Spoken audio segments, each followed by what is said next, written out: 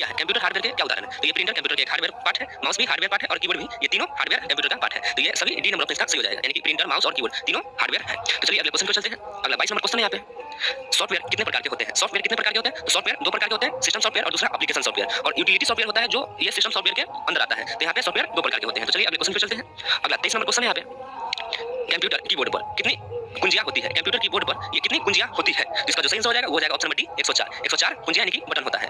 तो लेकिन ये निश्चित नहीं होता है कि 104 ही हो। आप किस काम के लिए ले रहे हैं और ये निश्चित नहीं कि 104 ही बटन होता है। ये निर्भर करता है कि आप किस यूज के लिए ले रहे हैं और कितना प्राइस वाला ले रहे हैं। इसमें निर्भर करता है कि ये निश्चित नहीं होता है कि 104 ही बटन हो, 103 भी हो सकता है, 107 भी हो सकता है और 87 भी हो सकता है। ये निश्चित नहीं होता है कि 104 ही बटन हो। आप किस उद्देश्य के लिए ले रहे हैं, कितना प्राइस वाला ले रहे हैं, इसमें निर्भर करता है। तो चलिए अगले क्वेश्चन को चलते हैं। अगला 24 नंबर क्वेश्चन है यहाँ पे। निम्नलिखित में से कौन सी मेमोरी की वैध मापक इकाई यानी कि वैलिड मेजरमेंट यूनिट है? कौन है? तो मतलब कि मेमोरी की मापने की इकाई कौन है? तो केबी में भी माप सकते हैं, एमबी में भी माप सकते हैं और जीबी में भी माप सकते हैं। तो मेमोरी की मापने की इकाई केबी भी है, एमबी भी है और जीबी भी है। तो ये तीनों है, तो ये सभी मतलब कि मेमोरी की मापने की यूनिट है। तो ये डी नंबर ऑफ इसका सही हो जाएगा। तो चलिए अगले क्वेश्चन को चलते हैं। अगला 25 नंबर क्वेश्चन है यहाँ पे। मेमोरी में से केबी का पूर्ण रूप क्या होता है? मेमोरी में से केबी का पूर्ण रूप क्या होता है? तो केबी मतलब होता है किलोबाइट। ये सी नंबर ऑफ इसका सही हो जाएगा। तो चलिए अगले क्वेश्चन को चलते हैं। अगला 26 नंबर क्वेश्चन है यहाँ पे। 1 टीबी बराबर होता है, 1 टीबी बराबर कितना होता है? तो इसका जो सही आंसर हो जाएगा वो हो जाएगा option number B 224 GB. 1 TB बराबर 224 जीबी होता है। ये बी नंबर ऑप्शन सही हो जाएगा। तो चलिए अगले क्वेश्चन को चलते हैं। अगला 27 नंबर क्वेश्चन है। कीबोर्ड की वह कुंजी है, वह कुंजी कौन सी है जो उपयोगकर्ता कंप्यूटर पर वर्तमान में चयनित विकल्प या कार्य को टालने यानी कि एवॉइड की अनुमति देती है? कौन देता है? तो ये एस्केप से कोई भी काम को यानी कि टालने की अनुमति देता है। ये सी नंबर ऑप्शन सही हो जाएगा। तो चलिए अगले क्वेश्चन को चलते हैं। अगला 28 नंबर क्वेश्चन है। कंप्यूटर मॉनिटर पर दिखाए जाने वाले आउटपुट को क्या कहा जाता है? कंप्यूटर मॉनिटर पर दिखाए जाने वाले आउटपुट को क्या कहा जाता है? तो कंप्यूटर मॉनिटर पे वो दिख रहा है, उसको छू नहीं सकते हैं, तो वो सॉफ्ट कॉपी हो जाएगा। अगर उसको प्रिंट आउट निकाल लिए, मतलब जो कंप्यूटर में दिख रहा है उसको प्रिंटर से प्रिंट निकाल लिए, तो वो हार्ड कॉपी हो जाएगा। तो यहाँ पे हार्ड कॉपी हो जाएगा। तो यहाँ पे पूछा कि मॉनिटर स्क्रीन पर दिखाई देने वाले आउटपुट को क्या कहा जाता है? तो ये सॉफ्ट कॉपी। ये सी नंबर ऑप्शन का बिल्कुल सही हो जाएगा। तो चलिए अगले क्वेश्चन को चलते हैं। अगला 29 नंबर क्वेश्चन है यहाँ पे।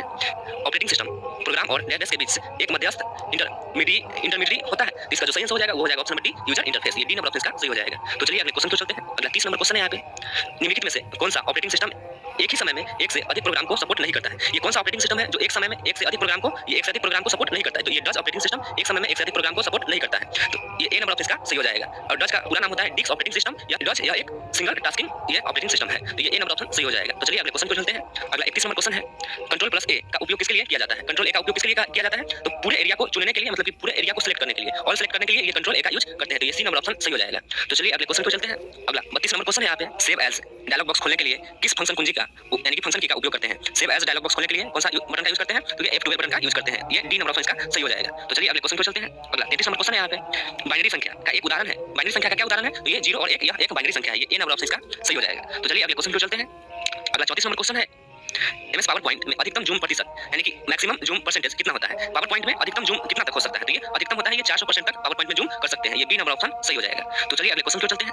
अगला 35 नंबर क्वेश्चन है। डेस्कटॉप पर आइकनों को व्यवस्थित यानी कि अरेंज करने के लिए खाली जगह पर माउस का राइट क्लिक करें और व्यू वाले ऑप्शन से ये आइकन को अरेंज करने का काम किया जाता है। तो ये बी नंबर ऑप्शन का सही हो जाएगा। तो चलिए अगले क्वेश्चन को चलते हैं। अगला 36 नंबर क्वेश्चन है। निम्नलिखित में से कौन सा एक्सेल में एक वैध जूम प्रतिशत नहीं है? मतलब कि एक्सेल में एक वैध जूम प्रतिशत नहीं है। तो ये 500 है, ये वैध नहीं है। एक्सेल में ये 500% जूम वैध नहीं है। एक्सेल में अधिकतम जूम 400% तक ही होता है। यहाँ पे पूछ रहा है कि ये कौन सा प्रतिशत वैध नहीं है? तो ये डी नंबर ऑप्शन का सही हो जाएगा। 500 वैध नहीं है। एक्सेल में अधिकतम 400 तक ही जूम किया जाता है। तो ये डी नंबर ऑप्शन का सही हो जाएगा। चलिए अगले क्वेश्चन को चलते हैं। अगला 37 नंबर क्वेश्चन है। गूगल के संस्थापक कौन है? गूगल के संस्थापक कौन है? तो इसका जो सही आंसर हो जाएगा वो हो जाएगा लैरी पेज और सर्गेई ब्रिन ने। ये बी नंबर ऑप्शन का सही हो जाएगा। तो चलिए अगले क्वेश्चन को चलते हैं। अगला 38 नंबर क्वेश्चन है। 1 केबी किसके बराबर होता है? 1 केबी किसके बराबर होता है? तो 1 केबी होता है 224 बाइट के बराबर। ये सी नंबर ऑप्शन सही हो जाएगा। तो चलिए अगले क्वेश्चन को चलते हैं। अगला 39 नंबर क्वेश्चन है। ओसीआर का उपयोग किसके निर्माण के लिए किया जाता है? ओसीआर का उपयोग किसके निर्माण के लिए किया जाता है? तो ओसीआर का उपयोग किसी भी दस्तावेज को डिजिटल डेटा में बदलने के लिए किया जाता है। किसी भी ये दस्तावेज को डिजिटल डेटा में बदलने के लिए ओसीआर का उपयोग करते हैं। ये डी नंबर ऑप्शन का सही हो जाएगा। तो चलिए अगले क्वेश्चन को चलते हैं। अगला 40 नंबर क्वेश्चन है।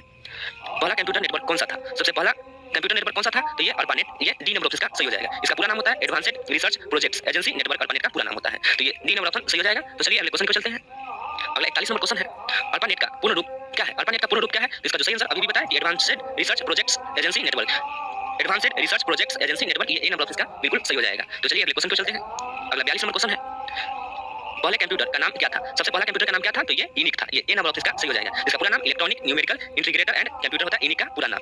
तो ये ए नंबर ऑप्शन सही हो जाएगा। तो चलिए अगले क्वेश्चन पे चलते हैं। अगला 43 नंबर क्वेश्चन है, कीबोर्ड पर कितनी फंक्शन कुंजियां यानी कि फंक्शन कीज होती है? कीबोर्ड पर फंक्शन कीज पूछ रहा है कि कितनी होती है? तो ये कीबोर्ड में सबसे ऊपर साइड यानी कि F1 से लेकर के F12 तक जो 12 की होती है उसी को फंक्शन की बोला जाता है। तो कितनी होती है? तो ये 12। ये डी नंबर ऑप्शन इसका सही हो जाएगा। तो चलिए अगले क्वेश्चन पे चलते हैं। अगला 44 नंबर क्वेश्चन है यहाँ पे, दूसरी पीढ़ी के कंप्यूटरों को प्रोग्राम करने के लिए किस Sorry.